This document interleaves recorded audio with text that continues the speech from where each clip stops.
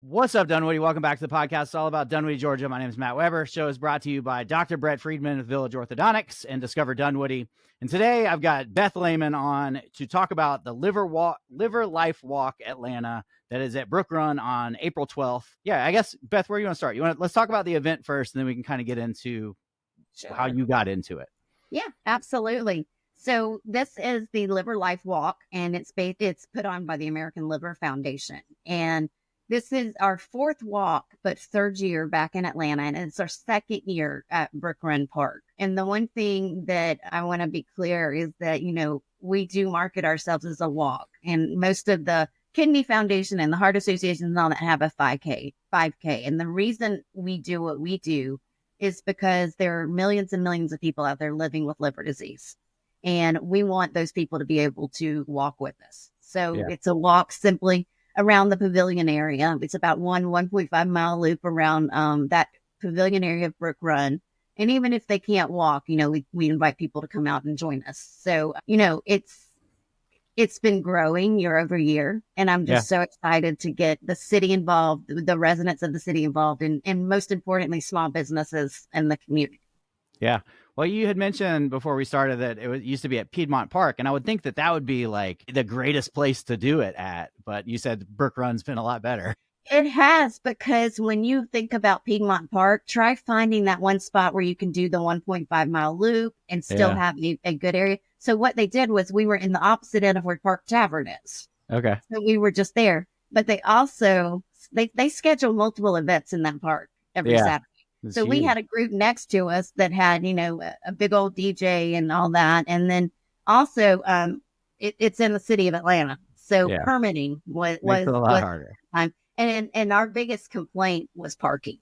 Oh, yeah. Because parking down there is a problem, because we have determined that about 70% of our walkers do come from the perimeter. Yeah. Well, Brook Run's a great place. I mean, Brook Run is the reason that we own our house in Dunwoody North, just right across the street. I mean, it's probably about a mile, a little less than a mile to get to Brook Run, and we are there all the time. So it is a great place. And you said it's at the pavilion? It's at the pavilion, yes. And, the number one by far takeaway from last year was the location. Everybody loved the park, And so what we do is we set up a pavilion. We have our sponsors, Piedmont Transplant, Emory Transplant, and United Digestive. So far, we're still working on more. Okay.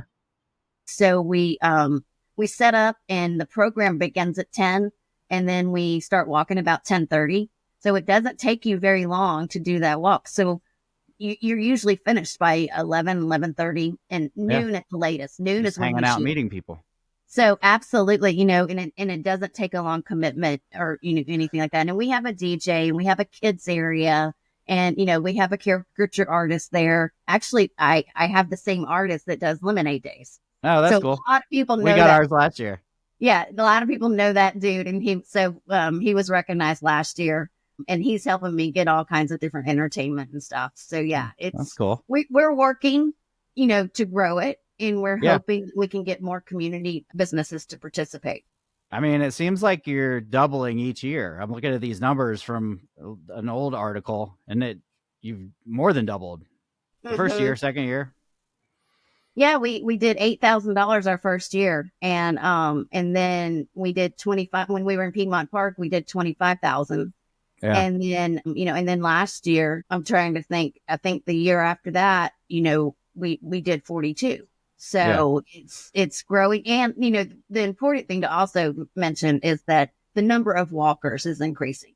Right. That's what I was looking at. Yeah. We had 30 the first year, I think. And I think about 10 of those were my family that I made come up from Columbus, Georgia, and, but then we had, 70. And then last year we had about 120. So we want bodies as well. People, it is a fundraiser. And it is a fundraiser for the American Liver Foundation that provides fantastic support for people with liver disease. But we also want bodies, because we want people to know that sometimes liver disease can be very lonely, because there's different reasons for it and all that. And we just want people to know that there is support out there. Right. Well, how did you get into this? How did you get into the organizing of such an event and part of the Liver Foundation? Yeah. Well, that's an interesting question. I'm going to try and make it short. But in 2019, I was told that I needed a liver transplant. And the reason for that was drinking. I'm an alcoholic, and I had to not only admit that, but admit that I so uncontrolled that I needed a new organ. Now that's Yeah. taking it to a whole new level, And I was a closet drinker, but as I'm getting public with my story and all that, I realized I wasn't. Everybody knew. It Yeah. just nobody wanted to call you out on it. And so I was told I needed a transplant on 2019 December. I kept that silent. I didn't tell anybody. And I didn't tell anybody until in January of 2020. We were actually having an acquisition party for Sproul Center for the Arts for their artistic affair at my house. And I collapsed. And so that gig was up. I had to talk about it, And Yeah. so having to go through the emotional part of admitting that you're an alcoholic and then admitting that you've caused so much harm to your body. Right. So, I went through, I had to go through some therapy to make sure that I was going to be fit for transplant. People think that you can just go in and have a transplant, but no, there is a lot of criteria you have to pass. And when I was going through evaluation, they also found cancer.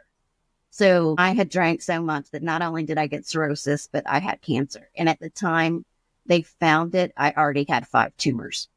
So Wow. best guess was I was walking around with liver cancer for over 2 years. Yeah. And so that kind of put me on a path to complete devastation, and so I went through cancer treatments and all that. And finally in April 2021, I had my transplant. And when I woke up in ICU, and I know that this sounds corny, I'm going to admit it, but the first word that came to my mind was rebirth. And that's not something that I would use in vocabulary. So I said, okay, let's think about this. So I didn't tell my story for a year because alcoholism is not just me. It's my family. My grandmother was the secretary of the First Baptist Church in Columbus, Georgia. There's a lot of issues with drinking and all that around the church, especially the one that, we were involved with, my family. And so, I didn't want somebody to go up to my dad at the grocery store and go, hey, I heard your daughter's an alcoholic.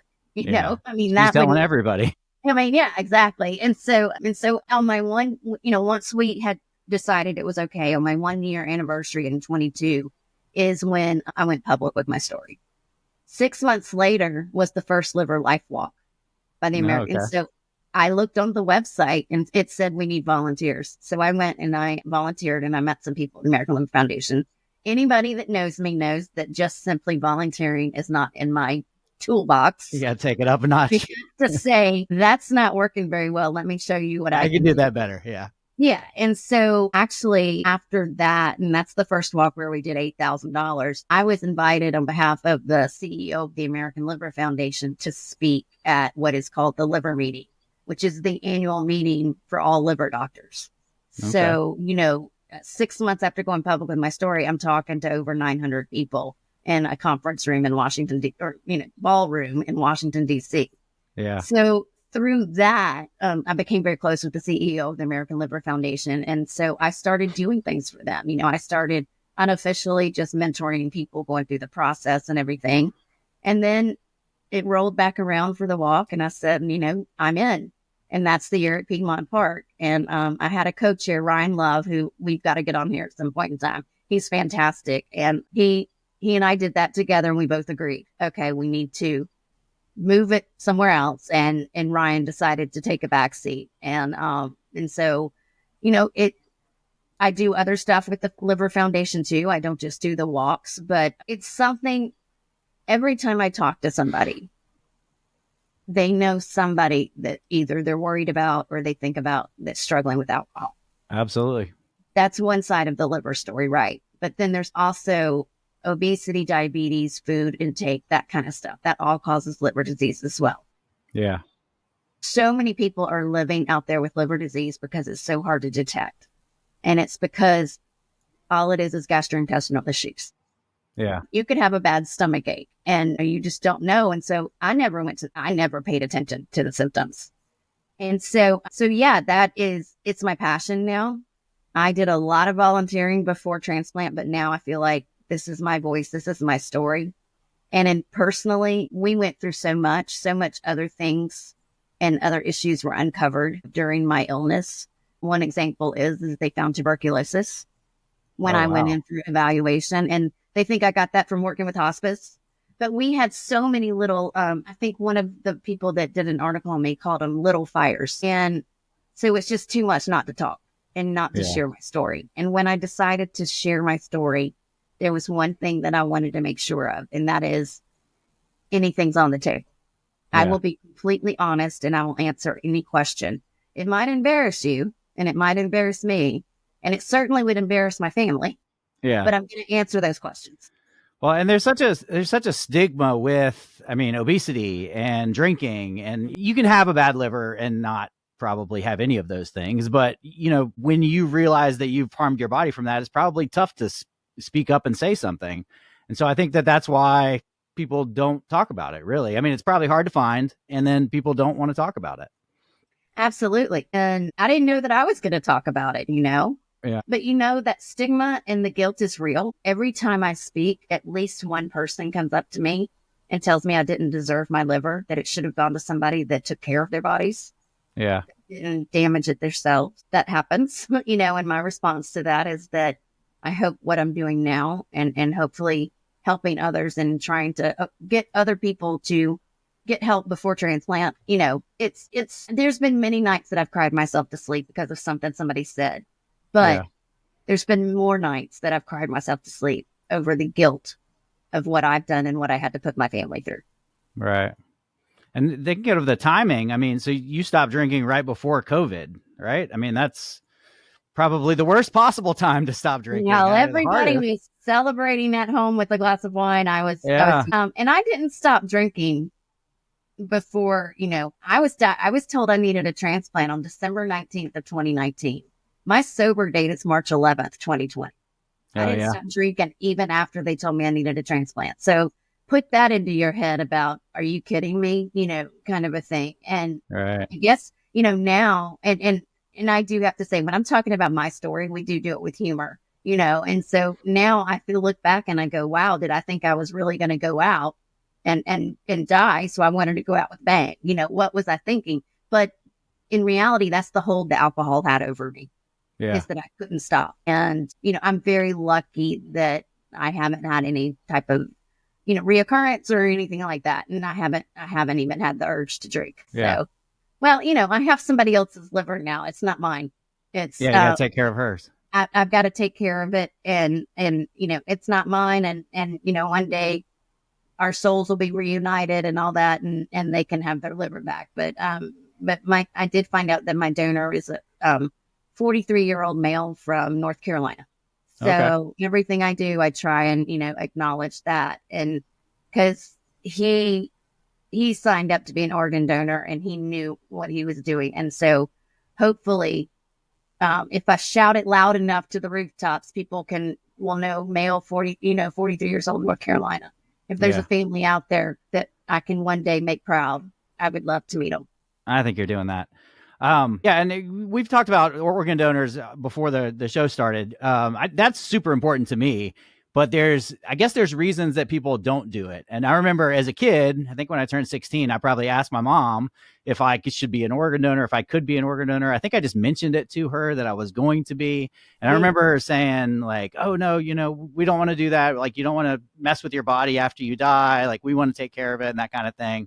And she's changed her tune since then. I think that a lot of people, it doesn't, you had mentioned that it defaults to, in Europe, right? You automatically become an organ donor. And here in the States, you have to check a box, which people just don't do. Actually, we're only one of, I think it's 5 countries in the world that has an opt-in. That's crazy. And so you have to opt in to be an organ donor. Everywhere else you opt out, right? And there's so many reasons why people, and they are really, really are myths, you know. The number one thing I hear is that if I'm in a car wreck and they see that I'm an organ donor, they're not going to take as good care of me. Yeah. Well, and that it's on your license. You know, here's a news flash. They don't even look at your license, you know, because they have to check the database. Because you can go to the website right now and unregister yourself, but it would still be on your license, you know. Yeah. So they have to check the database anyway. And then a lot of people don't think you can have an open casket funeral. There's a lot of other reasons. And I think the first, but the main thing is I don't think people understand and know what it means on the other side of it when you save a life. Because when you think about organ donation, you're thinking about what it does to you. Like, oh my gosh, you're going to take all that out. What about, and our vanity kind of kicks in a little bit. Right. And your family, you think about your family too. And your family and all that. And then, but when you think about the fact that you can save a life, as a matter of fact, one person can save up to 8 lives because there's 8 organs that can be donated.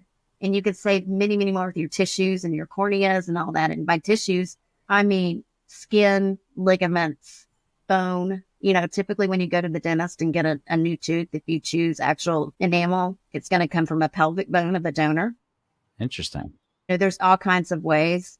And, Georgia has really been at about a 43, 45% rate of people registered. But now it's going down. And the reason for that is the reason for that, there's nobody talking to you anymore at the DMV for organ donation. I know when I went through it, there was at least somebody there that explained organ donation to me. And now it's just a checkbox. And the kids 16-year-olds are not checking the checkbox. Right. Think about it. If you don't know anything about it, if you don't know anybody that's had a transplant, do you want to be an organ donor? Is a very scary question. It really is. Yeah. Kids are not checking it. And, and the other part of this is really kind of what you said was promoting communication to make sure that when you do pass, your family does know that you're an organ donor and they're not caught off guard. Right. Yeah. It's, and so for me, not only is there trying to bring awareness about liver disease, but that organ donation part is huge for me as well. Because, if we were exactly right, like you, I asked my mom and I was an organ donor. I didn't think anything of it because I did it because it was the right thing to do. Right. Yeah.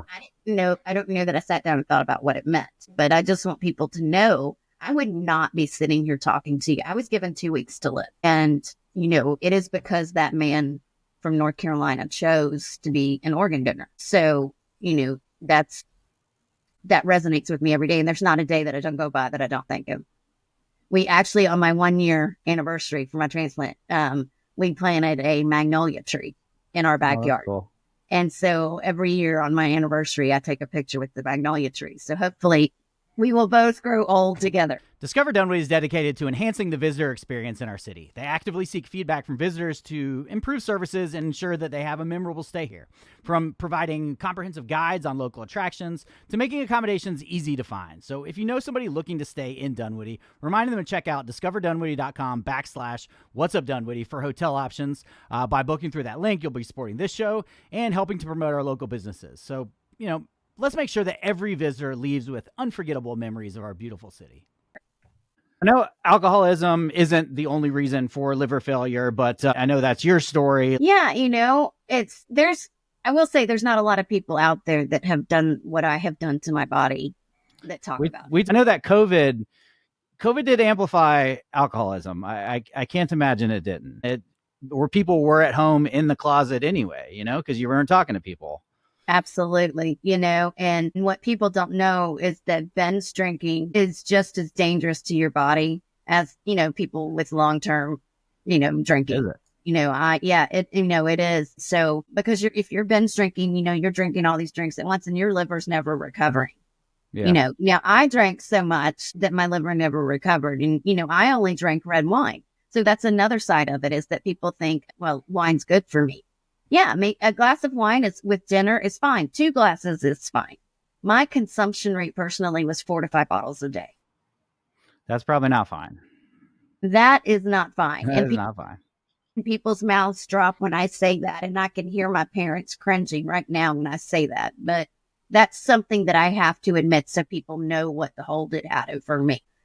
With me being kind of the red wine drinking housewife, that's another reason that made me want to come forward with it, because there's not a lot of people out there that'll talk about it. And when I went public, I said, I'm going to air my dirty laundry so others don't have to.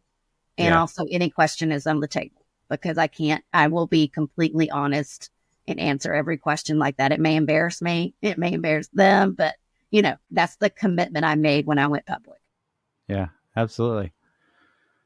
So the walk is April 12th. If they want more information on it, go to liverlifewalk.org/Atlanta. So there's these all over the country, huh?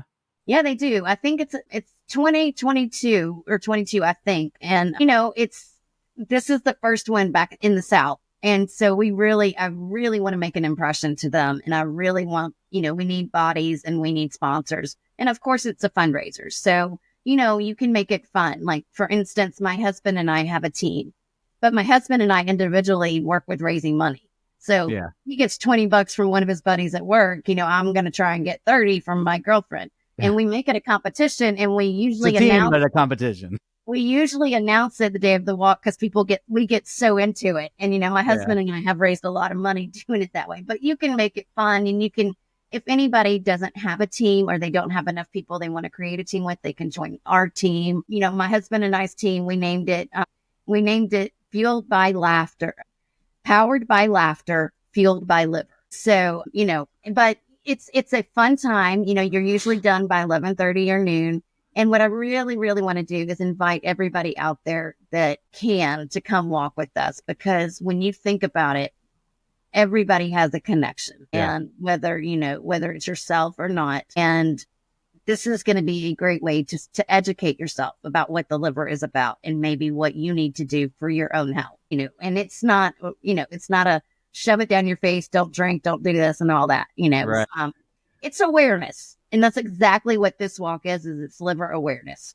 You and I were talking earlier and you were like, I really didn't even know what the liver did. But just personally, every time I turn the TV on, I see a National Kidney Foundation walk or 5K or American Heart Association and all that. And, part of me is like, well, wait a minute, let's give the liver its due too. And so if there's anyone out there that wants to come and support us, and I would encourage small businesses, if you want to be involved, then that's a great opportunity to showcase your business.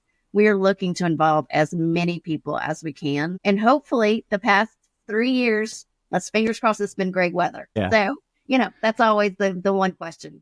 Well, I know you've got some big sponsors, obviously the medical arena, but you had mentioned that it's cheap to just be part of it and show up and talk about your business. And when people think about sponsorships, they think about the big dollars, right? And it's true. We do want the big sponsors. We do have AstraZeneca that's coming in. It's a national sponsor. Walgreens is a national sponsor, but also our independent transplant Walgreens is participating. Emory Transplant, the Piedmont Transplant Institute, United Digestive, they are all major players. But you don't have to be the $5,000, $10,000 donor. What I want is I want to bring communities involved.